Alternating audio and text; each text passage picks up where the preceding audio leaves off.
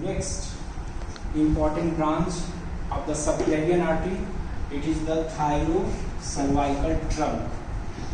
Like the vertebral artery, it is also a branch of the first part of the subclavian artery.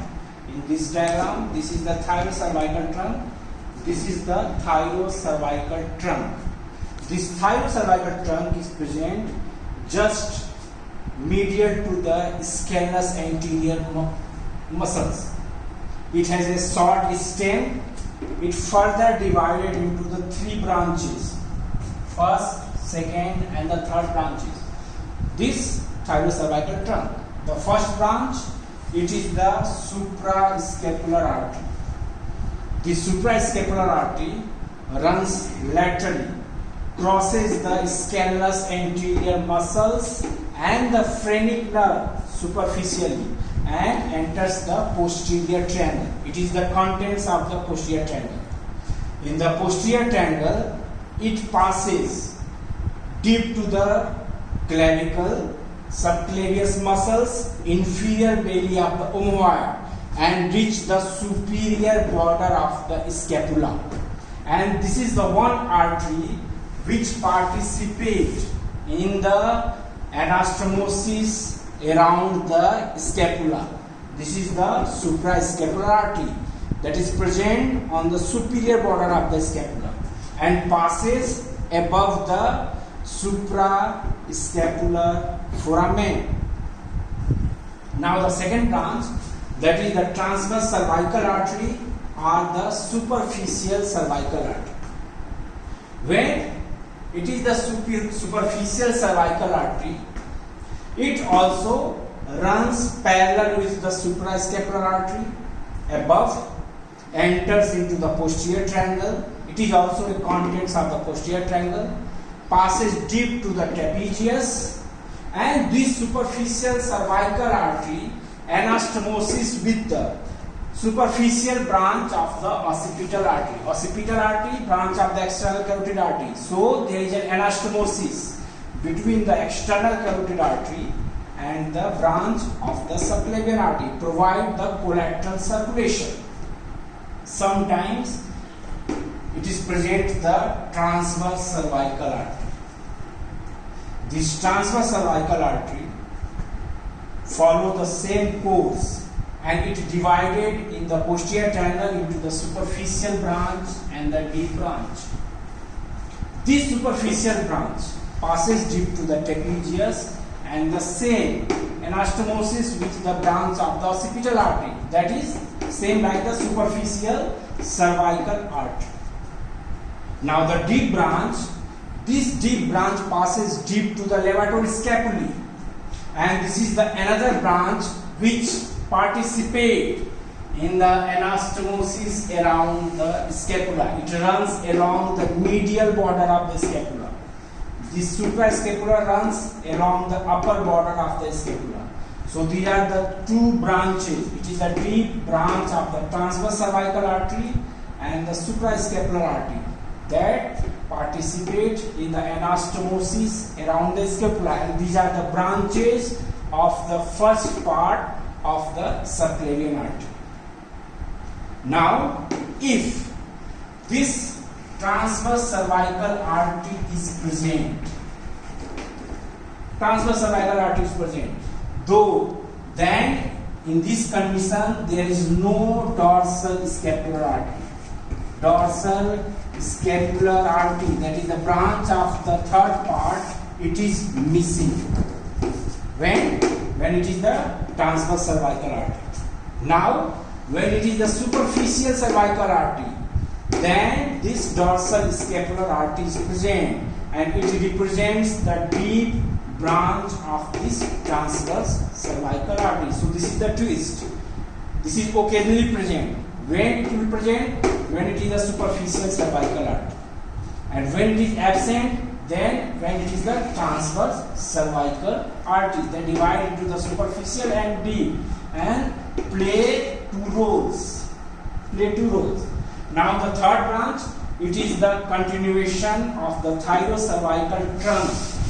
That is the inferior thyroid artery. It is the important artery. inferior thyroid artery. The superior thyroid artery is a branch of the external carotid artery, while the inferior thyroid artery is a branch of the thyrocervical trunk, which is a branch of the first part of the subclavian artery. This inferior thyroid artery has an oblique course, follow the medial border of the scalous anterior muscles, and then it enters the apex of this scalenovertebral triangle and enters the base of the thyroid gland. Now if you remember, the superior thyroid artery is related with the external laryngeal nerve. This inferior thyroid artery is related with the recurrent laryngeal nerve. This is an important relation.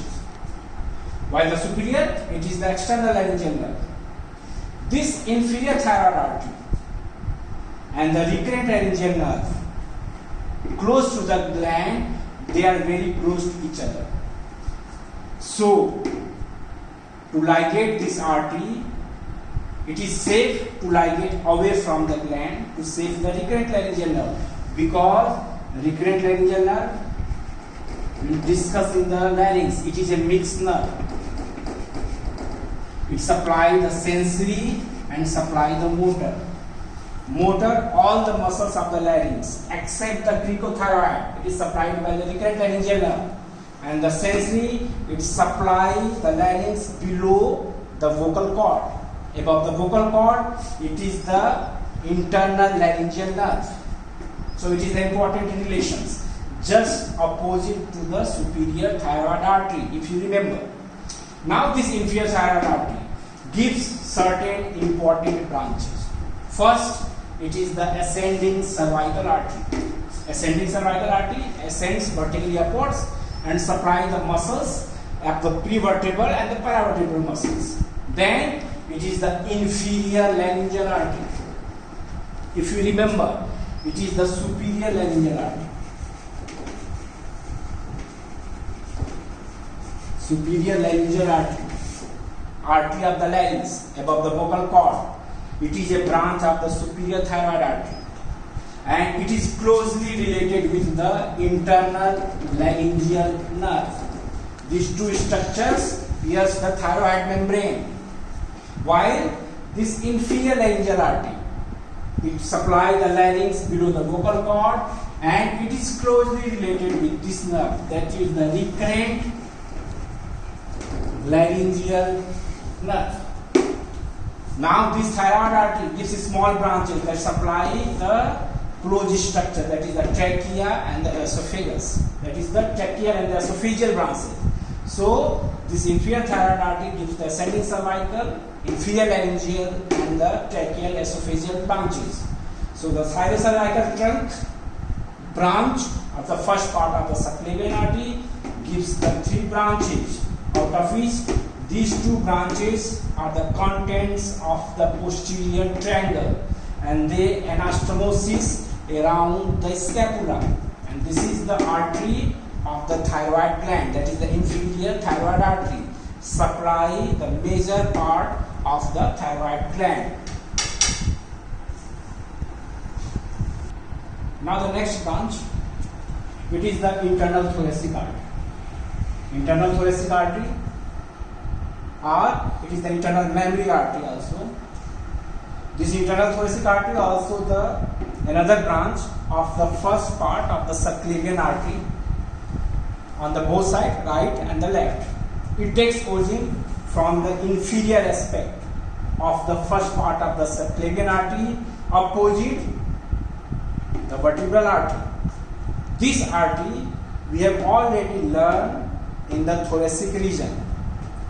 This runs downwards, crosses the sternoclavicular joints and enters the thoracic cavity, and it runs about ½ inch lateral to the lateral margin of the sternum. If you remember, this internal thoracic artery at the sixth intercostal space, divided into the two terminal branches, that is the superior epigastric artery and the musculophrenic artery. These are the two terminal branches of this internal thoracic artery. So we will not discuss about the internal thoracic artery. You only remember this is the branch of the first part of the subclavian artery. Now the next branch, it is the costocervical trunk. This costocervical trunk, on the right side, it takes origin from the second part of the subclavian artery, while on the left side, this is a branch of the first part of the subclavian artery. This is the difference. This costocervical trunk, this is the subclavian artery and this is the costocervical trunk, is arches backwards, crossing the apex of the lung along with the cervical pleura and reach near the neck of the first rib. Then it divided into the two terminal branches. One is the deep cervical artery.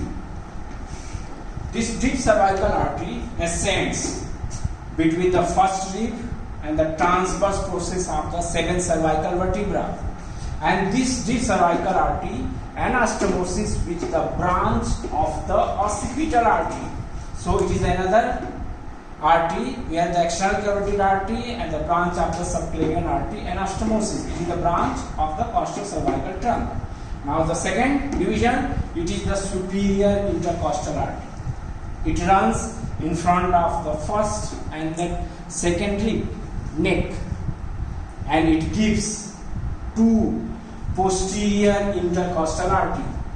The posterior intercostal artery